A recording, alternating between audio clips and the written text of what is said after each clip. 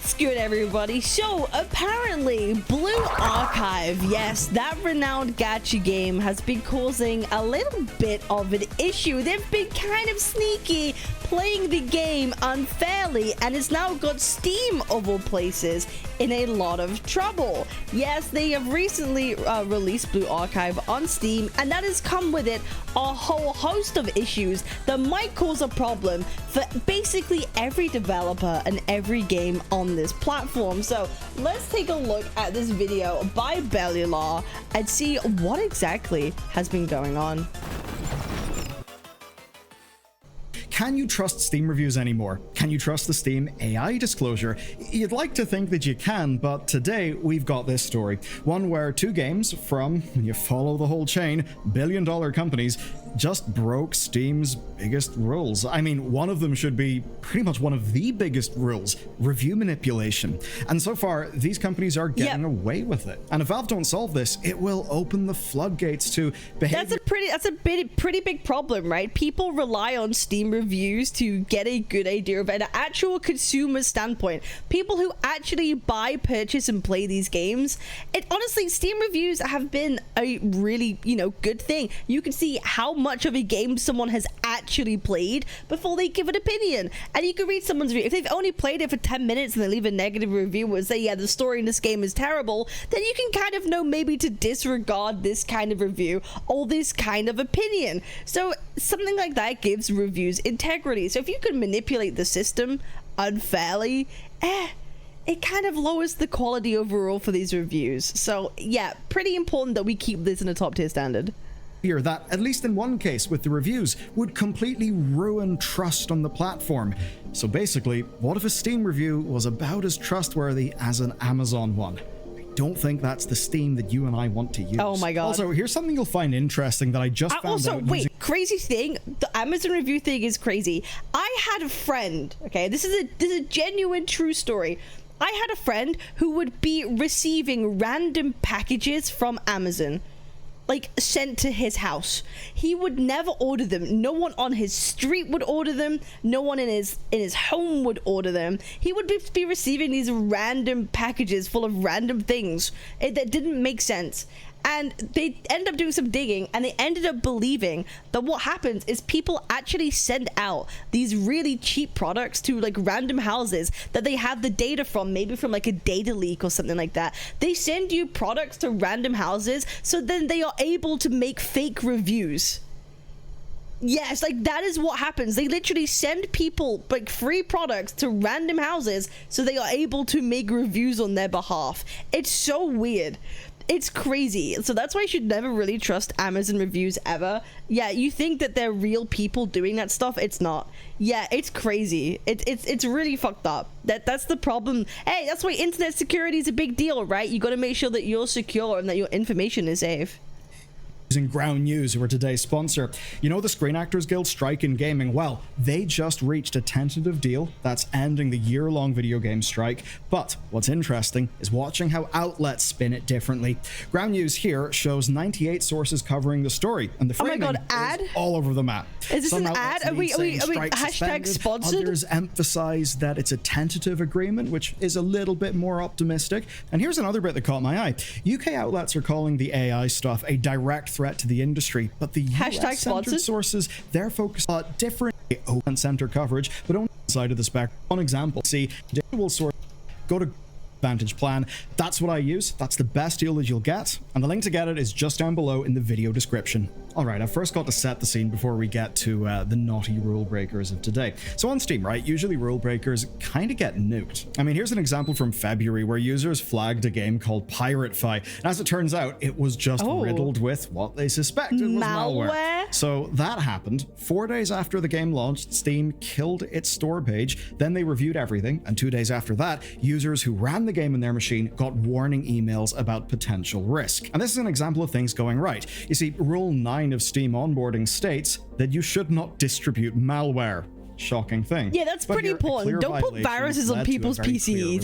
Yeah, I'd say that's like the low bar right there. Publisher's library was pulled because they were essentially churning out endless fake games designed to manipulate Steam's trading card economy. kind of crazy stuff. And we've seen instances of individual devs being whacked for trolling, for ban evasion, and if you're an angry dev who decides to tweet a death threat to Gabe Newell, yeah, you will be taken out on Steam. Yeah, Gabe Newell being the head man over at Valve. The main guy, yeah, if I went over and I tweeted, yo, I want you to, like, KYS, yeah, I would expect my game to be pulled too. Like, what a stupid thing to do, bro. What a stupid, it has to, yeah, why would you do that? Why? Now, in every example here, it's a very clear pattern, and it's what we would all want. A rule is broken, Valve finds out, they take action, and there you go, everything is good, the platform is healthy. But here's the thing, those examples were mostly smaller teams, mostly indies. This week, though, we've got 2 listed companies breaking Steam's rules. And this sort of thing has happened before. Throw them in jail! That's all I can say. Yeah, jail time. Yep. Put everyone in jail, the entire company, every single staff member, lock them up. Remember the whole discussion about the in-game advertisements and how a whole bunch of companies were essentially just kind of flying in under the radar, being unpunished? Well, I actually think today's situation is even worse. First up today, we got Nexon, and they're no stranger to controversy, like, say, the MapleStory lawsuits, the Dark and Darker lawsuits, but now it's their abuse of Steam reviews. And I think this is one we should be absolutely scathingly clear about, because it's goddamn ridiculous. So here's how it went down. Last week, Blue Archive launched in Steam, and if you've got no idea what Blue Archive is, good for you. You're free. But so you're not confused, it's a huge gacha game. It's been going for a few years, I think 4, very popular in mobile, and now it's on PC. And it seems to be doing real well. 91% positive reviews from 8,524 users. Pretty damn. Wow! That's crazy. People love the Blue Archive game.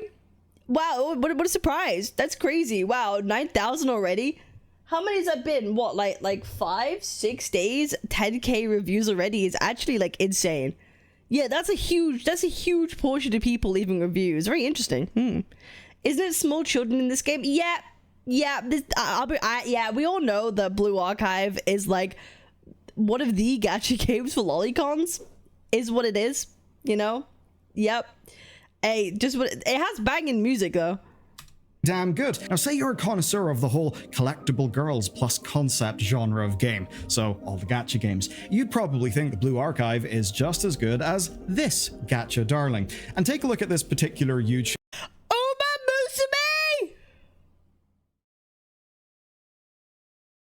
Uma Musume mentioned, video saved. I played Uma Musume Pretty Derby because it has 90% positive reviews on Steam. That's actually a great idea. That's a great idea. Playing games just because they're rated well. Let's go. YouTube video. It serves as a good example. The title is... Because it's good? Yeah, meanwhile, he doesn't understand. He just doesn't get it. Bellylon just doesn't get the power that is Uma Musume and having his own Uma. He'll never understand. I played Uma Musashi Pretty Derby because it had... Wait, what did he just call it? Wait, hang on, wait. It serves as a good example. The title is I played Uma Musashi Pretty... Uma Musashi?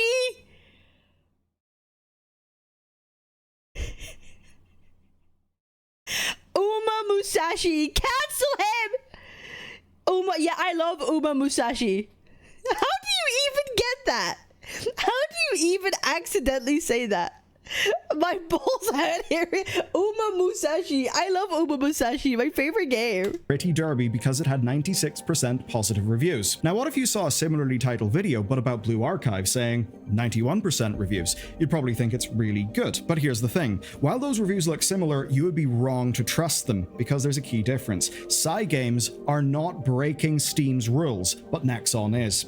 You see, to celebrate Blue Archive's PC launch, Nexon created celebration events. There's a fan art contest for currency or Steam gift cards, social media raffle for currency, and then there's the big problem, a Steam review event. Where yeah, imagine having a whole event to review your game. Okay. Basically, all users get in-game gifts once Steam hits a target number of reviews. Negative or positive doesn't matter, it's just the number of reviews. Oh, is that how they're getting around it? Oh, we're not telling people to leave good reviews, just not any review. It's the same thing as when you download an app on your phone and then it asks you, do you want to leave a review? Like, that's what they believe, right? Do they think they can get away with it just because they're saying it could be any kind of review? Ooh, that's sus. Now here's the thing. Steam's rules for user reviews are crystal clear. I will quote them. Don't attempt to abuse or artificially manipulate the review system. Don't solicit reviews in exchange for any games, DLC money, or other rewards. Absolutely clear cut. Those rules are being broken. And it does kind of make sense why they would try it. I mean, review manipulation is completely commonplace on mobile stores. It's one of the reasons why so many of those games have massively inflated review scores, by the way. They're not actually that good. But of course, it's done for a reason. Yeah, gacha games suck. Yeah, tell the belly law. Gacha games fucking suck. Yeah, don't trust the reviews. Yeah. Yeah, and when people don't like the games, they go and like review bomb Google Classrooms and stuff like that. Yeah, don't believe app reviews ever. Good reviews look good. They encourage early adoption. They make something spread more. But of course, on Steam, unlike the mobile stores, it is explicitly against the rules. Now, Nexon is worth a hell of a lot of money. They're a big company, and they're even worth a lot of money to Valve. And that means there's a real simple question here. How much does Valve value their own rules? How much do they value that? Will they make an example out of this game? They need to. Actually do, because the rules are being broken. And if a rule is broken and you do nothing, people will question the rule. And this brings me to today's second defendant. The Alters is the new game from 11-bit. You probably know 11-bit from Frostpunk. And the good news is, it's a great game. It's 86% on OpenCritic, 88% in Steam. Is this going... I think I know a bit about... Is this going to be about the AI asset? And they didn't like label the game having AI generated stuff. It's something like so like not a problem at all. That's all from real non-blue archived reviews, which is nice. The problem is 11-bit's mistake with false representation of generative AI. So here's essentially what happened, right? A user noticed that background art contained an AI prompt. It was a bunch of code, but one of the lines was basically the prompt. Now, this was a small asset. It was the kind of thing that basically would normally be covered by lorem ipsum text. So basically, some AI-generated placeholder stuff, and in this case, they basically used AI to generate some technobabble stuff, but then they left it in. And look, if they didn't notice that, and that was the reason why they didn't use the disclosure on Steam, I suppose that would have been kind of understandable. But it actually turns out it's not just that, because something else happened. Oh no. Non-English users noticed something altogether different. Those same prompts appeared in subtitles on some of the in-game movies. Now, when called out for this issue, 11-bit did confirm that both AI things were true. translation? That the art was indeed placeholder text that wasn't removed, but that the subtitles was actually deliberate. And here's how they explain it. It's late in development for their game, and the team decides to implement these movies. But they have a problem, and that problem is localization. Their localization partner would not be able to get that stuff done in time. Okay, so they just did AI translations. I really don't think that this is a huge deal. This is not some... Oh, what is it? Is it Marathon? The game? Where, like, it was found out that they were using actual, AI, assets of someone else's work in their game mode, just completely plagiarizing and yoinking them. It's not like that level of stuff, right? This is kind of like I don't know. I feel like this is not as offensive. Yeah, the stolen art that they then use, so they generate new stuff, whatever it was. It's not a huge deal, but this is 3 points now, and 3 points do start to make a line. No, it's true. No, that's true. 11-bit could either ship no subtitles for them, or they could translate them. You should have no exceptions. No, I don't know. I feel like using AI to generate like techno babble for like a thing that's on a screen that's really relevant isn't like a big deal, right? That isn't particularly a big deal. But using like to generate like full-on assets is very different. In-house with the resources that they had, where clearly, of course, they just went to using chatbots for that, which is kind of understandable. A language model is pretty good at translating language. Obviously not as good as a proper creative localization job, but you get the point. They went to that technology. Now, they say that this was only 0.3% of the overall text in the game, and so they decided to just make that call, to use the chatbots so that they could have the subtitles. Now, in their statement, they acknowledge that the wrong call was made, and they say that they should have simply let you know. Yeah, duh, they should have. But not just because it's the right thing to do. Actually, they should have because they need to. You see, Steam has got generative AI disclosure rules, and the rule states, pre-generated any kind of content created with the help of AI tools during development. So clearly, 11-bit also broke Steam's rules. And to be clear, Steam's definition as it stands is pretty damn broad. So if your game is using AI services during development, that's something you've got to disclose, seemingly, you know, whether it makes it to the final product or not. It's broad as hell, but that's the wording of the rule. So 11-bit may have intended to do this and then replace the content. I think that's okay, even if it's something small, sure. The disclosure that they needed. And as of the time of writing, there is still no disclosure. Now sure, if they put that disclosure there, maybe they would have lost a few sales on the launch of the game, or something like that. But I've got to imagine that audience trust and not breaking Steam's rules, those things should almost certainly be higher. So that's our two naughty games companies. Now, in a way, this could all just seem like tattling to the teacher, you know? Gabe, these developers are doing a terrible thing in your platform. Yeah. No, it's not that. There's a reason why I bring all of this up. You see, in both cases, there have been no consequences. Nexon has not retracted their overt review manipulation campaign, 11-bit. Apparently they have now, right? Can someone confirm that they have actually removed the review event? If it's gone now, it's probably because of public backlash rather than Valve actually doing something. That's my feeling on that. Yeah, that it's more like a public outcry than Valve stepping in. Because Valve hasn't made any statement, I believe. Yeah, I don't think Valve has made any particular statement about this stuff, so it's like... It's not them doing their job. It's just Nexon, you know, doing some kind of due diligence, I guess. Have not updated their store page. How little effort would it take to update the store page? I mean, come on. Now, sure, there's bad PR in both cases, but there's little material consequence coming from Valve. And unfortunately for Valve, a pattern is beginning to form. 11-bit and Nexon broke the rules, as did the smaller games that I opened up today's video with. Now, those small games, like with malware and other things, were very easy to punish, but a well-liked, well-selling game from a real big company that's worth a lot of money, that's, in a way, harder to punish for Valve. It certainly seems so anyway. I mean, in one way, it's actually just as easy. The rules are the rules. Just apply them, forehead. But that's not really how reality ends up working. What Valve has got to do is manage their relationships with each company. And here it would appear that the value of the relationship and the associated revenue with that is worth more to Valve than their own rules. But I think they should be worried about that, because I think we both know what this really would do. It would set a precedent. The point can be made with a very simple hypothetical. What happens when another developer manipulates reviews with exactly the same tactics as Blue Archive did, and then they get punished by Valve, but they just say, but what the hell? You let Blue Archive happen. Yeah, you're letting a lot of loose ends for litigation happen, right? Like, I could see game companies, like, suing or something like that, or finding grounds to do that kind of stuff because of this, because it opens too many doors. So that's really the overall problem here, is, like, Valve could actually be the ones in trouble, not really the game companies, because of the standards that they aren't enforcing. And it could backfire on them. Yeah, they're just going to say that they didn't know. We didn't know. Yeah. You never issued a statement, and you never punished Nexon. Why are you being unfair to me? And yeah, Valve could say, well, look at the rules, you broke them. To which the company could rightly say, we get so many games on our platform, how could we possibly monitor all of them all the time? Clearly, Valve, it's not a rule because those people, Blue Archive, also broke it and you didn't do anything about it. Now, look, what I'm about to say is not really apples to apples, but there's a reason why, right? In the legal system, you have the law as it is written, but then you've also got case law. And the idea being that case law guides a judge on how to interpret the word of the law and actually apply it in, a real material scenario.